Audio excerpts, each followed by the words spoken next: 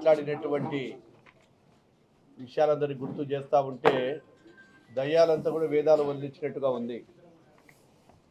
ఈరోజు ఒక కుటుంబంలో 2 కుటుంబాల వ్యక్తిగత కక్షలతో హత్య జరిగితే ఆ హత్యను కూడా ఈరోజు కేవలం రాజకీయ హత్యగా చిత్రీకరించి తన రాజకీయ ఉనికిని కాపాడుకోవడానికి ఈరోజు వచ్చి అనేకమైన ఆరోపణలు చేస్తూ అటు మా నాయకుడు గౌరవ ముఖ్యమంత్రి శ్రీ చంద్రబాబు నాయుడు గారిని మరియు లోకేష్ బాబు గారిని దీంట్లో కూడా ముద్దాలుగా చేర్చాలంటున్నారు. మరి ఒక్కసారి మేము ప్రజలందరినీ కూడా అడుగుతూ ఉన్నాం, ఈరోజు జగన్మోహన్ రెడ్డి గారిని అడుగుతూ ఉన్నాం. రాష్ట్రంలో జరిగిన మొత్తం 2686 హత్యలు జరిగినాయి ఈ యొక్క 5 ఏళ్ల కాలంలో. ఈ 2686 హత్యలలో మీకు ముద్దాయిలుగా చేయాలని కూడా మేము కూడా డిమాండ్ చేస్తూ ఉన్నాము.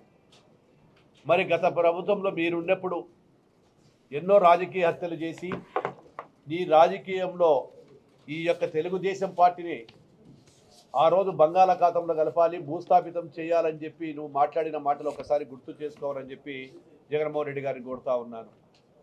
కేవలం ఆ రోజు మీరు అన్నారు మళ్ళీ వైనాట్ 175 అని చెప్పినప్పుడు ప్రజలు కేవలం 11 మందికే మీకు పెట్టి ఈరోజు ప్రజలు బుద్ధి చెప్పిన తర్వాత కూడా కేవలం 60 రోజులు కూడా కాలే, 60-65 రోజుల్లోనే ఎక్కడో జరిగినటువంటి 36 హత్యలు జరిగినాయని చెప్పారు మీరు. మరి మా నాయకుడు అసెంబ్లీ సాక్షిగా సవాలు విసిరినాము. ఎక్కడ ఎవరు హత్యలు జరిగాయో పేర్లు లిస్ట్ ఇవ్వమంటే జవాబు చెప్పలేకుండా అసెంబ్లీకే రాకుండా పారిపోయినటువంటి మీరు, మీకు ఒక రాజకీయ మాజీ ముఖ్యమంత్రికి కూడా అనర్హుడు అని చెప్పి చెప్తా ఉన్నా. ఎందుకంటే ఆ అసెంబ్లీ నుంచి నువ్వు పారిపోయినావు.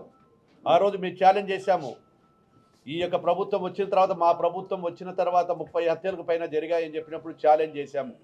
ఆ వివరాలు ఇవ్వండి అని నువ్వు చెప్పలేకుండా పోయావు. కేవలం నీ యొక్క పినతండ్రి చనిపోతే కూడా దాన్ని కూడా రాజకీయంగా మా మీద రక్త చరిత్ర నారాసుర హరి రక్తం అని చెప్పినోడివి ఈరోజు వచ్చి నువ్వు ఈరోజు వేదాలు వదిలిస్తుంటే ప్రజలందరూ కూడా గమనిస్తూ ఉన్నారు. మేము ఈరోజు ఒకటే చెప్తా ఉన్నాం, నీ జీవితం అంతా, మీ కుటుంబ జీవితం అంతా కూడా రక్త చరిత్రే. రక్త చరిత్ర కలిగిన ఒక నాయకుడు ఈరోజు మా నాయకుడిని చంద్రబాబు నాయుడు గారిని కానీ లోకేష్ బాబు గారి కానీ విమర్శించే హక్కే లేదు మీకు.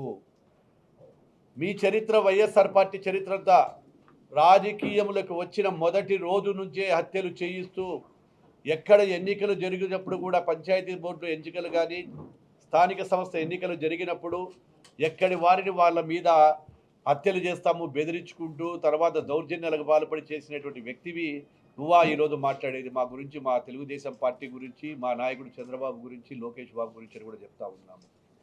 ఈరోజు మా మీద చెప్పావు, మొట్టమొదటిగా బీసీలను హతమార్చావు.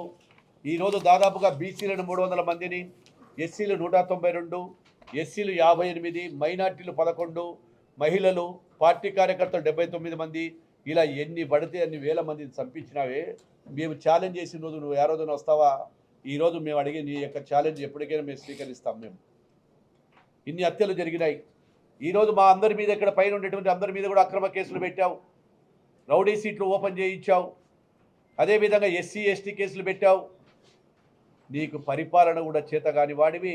ఈరోజు అసెంబ్లీలో ఎదుర్కోవాలంటే కూడా చేత కాకుండా పారిపోయిన వాడివి నువ్వు. కాబట్టి నీకు మాట్లాడే హక్కు కూడా లేదని చెప్తా ఉన్నాము. అదేవిధంగా ఈరోజు ఎక్కడో రాజకీయాలలో ఎక్కడో కొంతమందికి సంబంధం లేకుండా నీ కరపత్రికను అడ్డం పెట్టుకొని లేని హత్యలు కూడా చేసినట్టు వల్లవిస్తూ ఉన్నావు. ఎక్కడో జరిగినటువంటి కుటుంబ తగాదాలను కూడా తగాదాలలో జరిగిపోతే తెలుగుదేశం పార్టీకి మాకేం సంబంధం అని అడుగుతా ఉన్నాం. కుటుంబాలలో జరుగుతూ ఉన్నాయి.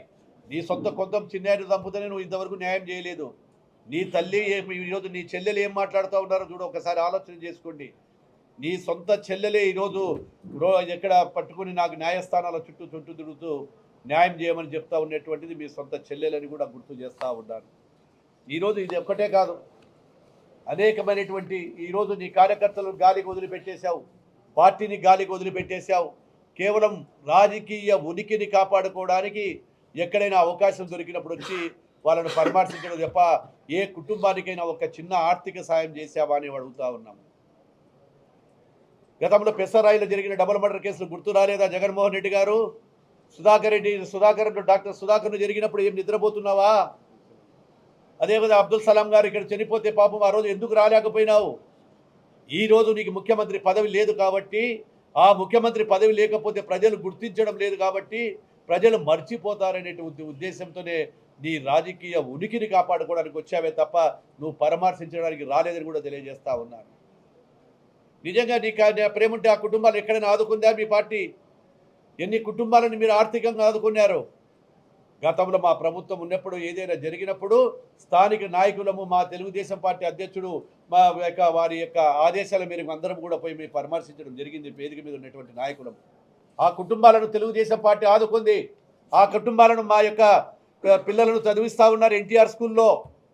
ఆ కుటుంబాలకు అదేవిధంగా విద్య, వైద్యము, అదే కాకుండా వారి ఉద్యోగాలు ఇచ్చినటువంటి పార్టీ తెలుగుదేశం పార్టీ.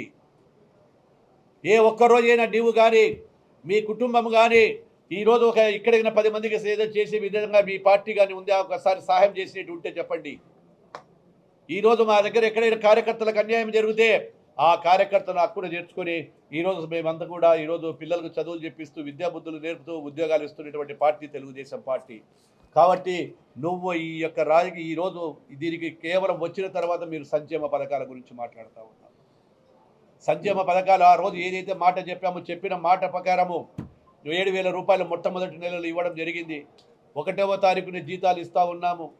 అదేవిధంగా ఈరోజు మళ్ళీ 2వ నెల కూడా ఈరోజు పింఛన్లందరం కూడా ఇంటింటికి వెళ్ళి మేము శాసనసభ్యులతో కూడా మా ముఖ్యమంత్రి గారు ఇవ్వడం జరుగుతూ ఉంది. ఎక్కడ కూడా అవకతవకలు లేకుండా.